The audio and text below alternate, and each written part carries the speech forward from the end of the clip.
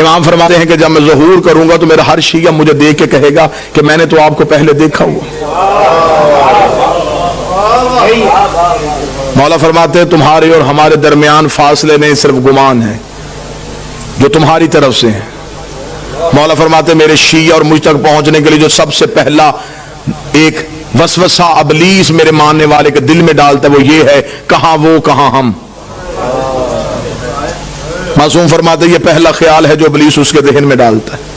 مولا نے پھر اسی خیال کا جواب دیا۔ مولا نے فرمایا اگر تمہارا یہی معیار ہے کہ کہاں ہم کہاں تم ہم سے مل نہیں سکتے، اگر یہی منزلت ہوتی کہ تم ہم سے ملنے کی وجہ تمہارا اور ہمارے درمیان یہ ہوتا تو کبھی بھی ہم اپنی محبت تمہارے دلوں میں نہ ڈالتے۔ ایک شیعہ نے مولا سے توقیع میں پوچھا، اسے کہا مولا میں ملنا چاہتا ہوں۔ مولا فرماتے ہیں ہم ملتے ہیں، تم پہچانتے نہیں ہو۔ اسے مولا کم ملتے ہیں؟ مولا فرماتے ہیں اکثر تم روتے روتے خاموش ہو جاتے ہو، تمہیں خبر ہے تمہیں وہ تسلی دینے والے ہم ہوتے ہیں، تمہیں وہ دلاسا دینے والے ہم ہوتے ہیں۔ امام سے ملنے کا رابطہ ہموار کیجئے، امام سے امام تک جانے کا تعلق دیکھیے۔ کسی باپ کا بیٹا گھر نہ آئے تو اسے نیند نہیں آتی، اور ہمیں خبر ہے کہ ہمارا امام زمانے میں موجود ہے۔ ہم میں سے کون ہے جو امام کو ڈھونڈنے کی کوشش کرتا ہے؟ اب ایک لمحے کے لیے یہ گفتگو سنجیدہ پہلو میں آئے گی، لیکن مجھے آپ سے 4 دن سے داد بھی لے چکا ہوں، دعا بھی لے چکا ہوں۔ یہ پیغام ہے۔ اللہم صلی علی محمد وعلی محمد۔ میں نے گھر کی مجلس میں بھی یہ گزارش کی تھی کہ کہیں ہمارا یہ امام کو بلانا کہیں یہ کوفے والا خط تو نہیں؟ خطوط تو کوفیوں نے بھی لکھے تھے امام کو بلانے کے لیے۔ ہمیں امام سے صرف امام کا انتظار نہیں کرنا، امام کے رستے کو ہموار بھی کرنا۔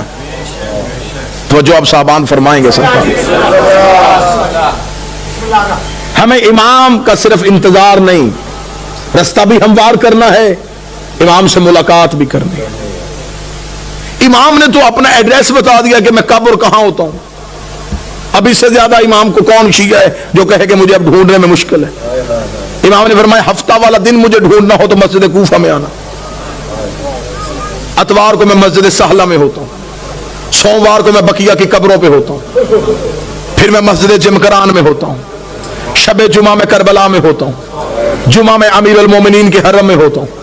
مولا فرماتے طواف کعبہ کرتے ہوئے کعبے پہ سیدھی بارش ہو رہی ہو اور مزاب رحمت سے پانی نیچے آ رہا ہو تو سمجھ لینا تمہارا امام طواف میں ہے۔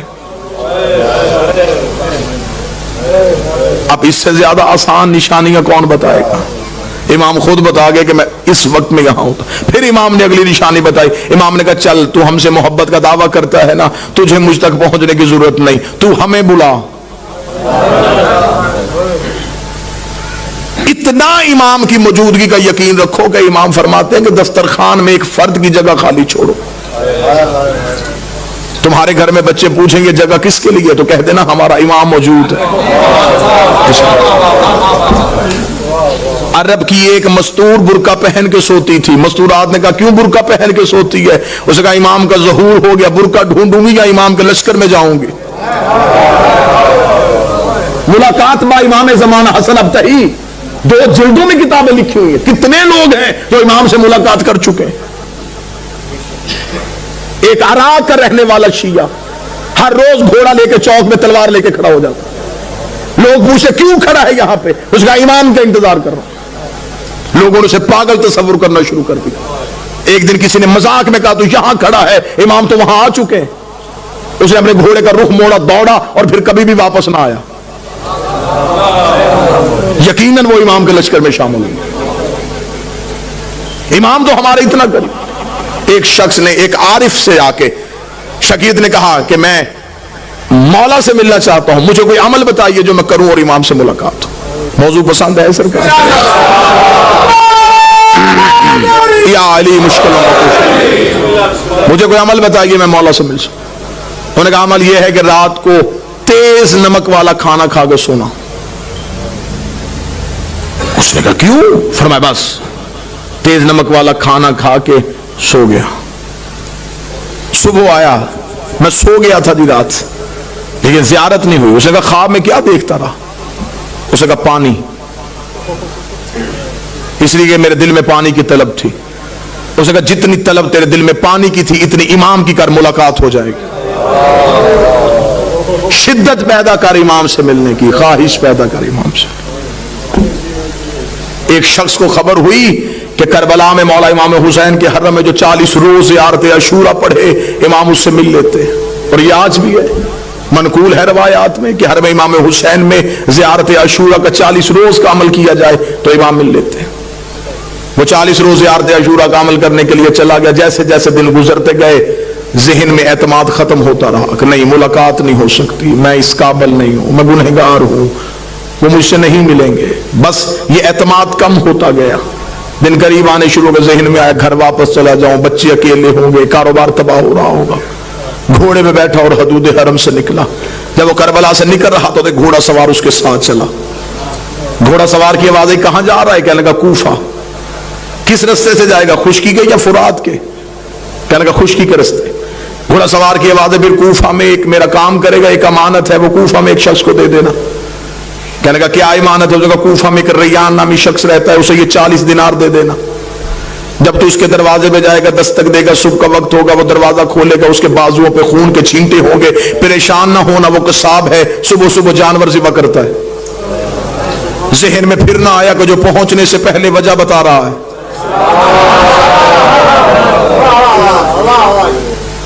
اور یہ مولا سے ملاقات کا عارفین کہتے ہیں کہ سب سے پہلا جو کام ہوتا ہے جب مولا سے ملاقات ہوتی ہے, سب سے پہلے دماغ کی سوچیں وہیں پہ رک جاتی.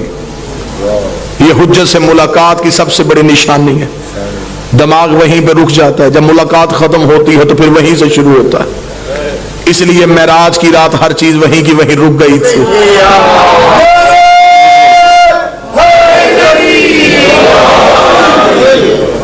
اب جب گھوڑا سوار واپس پلٹا تو اس نے آواز دے کے کہا, اس نے کہا اگر وہ پوچھے یہ کس نے دیے ہیں تو اپنا نام تو بتائیے. گھوڑا سوار کی آواز ہے, کہہ دینا بقیہ نے دیے. میرے مالک کا ایک لقب ہے بقیت اللہ.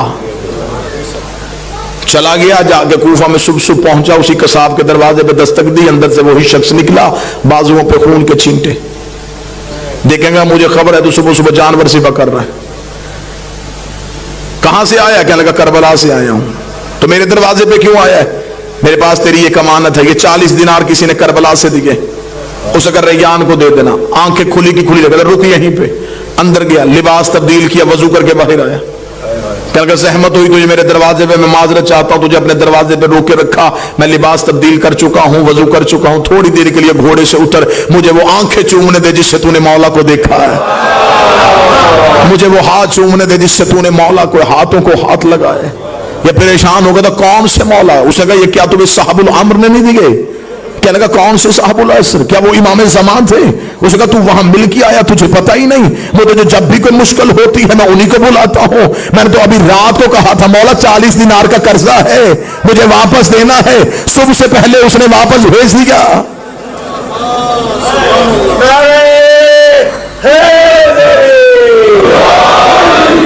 مولا فرماتے اتنا مجھ پہ یقین کرو. جب تمہارا یقین اتنا بڑھ جائے گا پھر تم اپنی مشکل کسی کو بتاؤ گے نہیں. اب یہ محبت کا معیار ہے. امام فرماتے میرے شیعوں مجھ سے رات کو سرگوشیاں کیا کرو. سرگوشی کیا, تکیے کے سر رکھ کے اپنے دکھ مجھے سنایا کرو. امام فرماتے تو تکیے پہ سر رکھ کے مجھے اپنے دکھ سنا کے سو جا, صبح کا سورج طلوع ہونے سے پہلے تیرے دکھ نہ ٹالوں, مجھے بطول کا لال نہ کہنا. تو مجھ پہ اعتماد تو کرو, تو مجھ پہ یقین تو کرو, تو مجھ تک پہنچنے کا رستہ تو تلاش کرو. امام فرماتے ہیں میرا شیعہ وہ ہے جو میرا ظہور ہر روز مانگے. وہ ساری زندگی اس کی حالت ایسی رہے جیسے اس کی کوئی چیز گم ہو چکی ہے اور وہ اسے ڈھونڈ رہا ہے. شیعہ بھی, اور اسے یہ بھی پتا ہو کہ میرے وقت کا امام کہیں نہ کہیں خون رو رہا ہے. پھر اس کے دل میں یہ طلب ہونی چاہیے کہ میں امام تک کسی نہ کسی طریقے سے پہنچوں. ملاقات امام سے ہے. قبلہ تشریف فرمائے ملاقات ممکن بھی ہے. ہاں امام ملتے ہیں ہر کسی سے اس کی معرفت کے مطابق, اس کے عرفان کے مطابق. آئیں گے ضرور, برا ہو صحیح آئیں گے ضرور. چلے میں تحفہ دوں, آج کی آخری مجلس میں ہدیہ دوں. مولا فرماتے جس دن تم چاہو کہ تم مرنا نہیں چاہتے, جس دن تمہارا جی زندہ رہنے کے لیے ہو کہ آج میں زندہ رہنا چاہتا ہوں، عمل یہ ہے، مولا فرماتے اس روز آنکھ کھلے تو اٹھتے ہی، بلکہ یہ روز کا معمول بناؤ، آنکھ کھلتے ہی السلام علیکم یا صاحب العصر والزمان، اے میرے وقت کے امام تجھ میں میرا سلام، اللہم صلی علی محمد وآلہ سائل نے کہا مولا کریں گے سلام تو موت کیسے نہیں آئے گی؟ امام نے فرمایا سلام سنت ہے، جواب دینا واجب ہے، تم سلام کرو گے وہ جہاں بھی ہے واپسی میں جواب دے گا علیکہ السلام، جب وہ کہہ دے سلامتی ہو تو پھر موت کیسے آ سکتی؟ اب امام تک پہنچنے کا رستہ کس نے تعین کرنا ہے؟ جب حجت موجود ہو تو پھر ہمیں غیر کے دروازے پہ جھکنے کی ضرورت نہیں رہی۔ سرکار اب ہمارا امام تک پہنچنے کا ایک ہی ذریعہ ہے، اپنے توکل کو بلند کیجئے، اپنے اعتماد کو بحال کیجئے، یقین کی منزل پہ آئیے اور یہ یقین رکھیے کہ ہمارے وارث موجود ہیں، ہمارے امام ہمیں دیکھ رہے ہیں۔ جب یہ یقین آ جائے گا نا کہ امام موجود بھی ہیں، دیکھ بھی رہے ہیں، پھر گناہ کون کرے گا؟ جو بیٹا باپ کے سامنے سگریٹ نہیں پیتا، جب اسے یہ ذہن میں ہو کہ میرا امام موجود ہے، پھر وہ غلطی کیسے کرے گا؟ لیکن ہم نے اپنے اندر سے وہ یقین ختم کر لیا ہے، ہم سمجھتے ہیں کہ امام ہے بس آ جائیں گے، آ کے ہمارا بھی انتقام لیں گے، اپنا بھی انتقام لیں گے۔ نہیں، امام کو ایسے نوکر نہیں چاہیے، امام کو ایسے چاہیے جو آج بھی امام کے عشق میں ویسے کھڑے ہوں جیسے امام کے قیام پہ کھڑے ہونا۔ ہم ظہور کے بالکل قریب ہیں، اور یہ جو آج چھوٹے چھوٹے مسئلے مسائل، یہ مسئلہ وہ مسئلہ، یہ مسئلہ وہ مسئلہ، یہ مسئلے نہیں ہیں، یہ امام کا چھان بریک ہو رہا ہے۔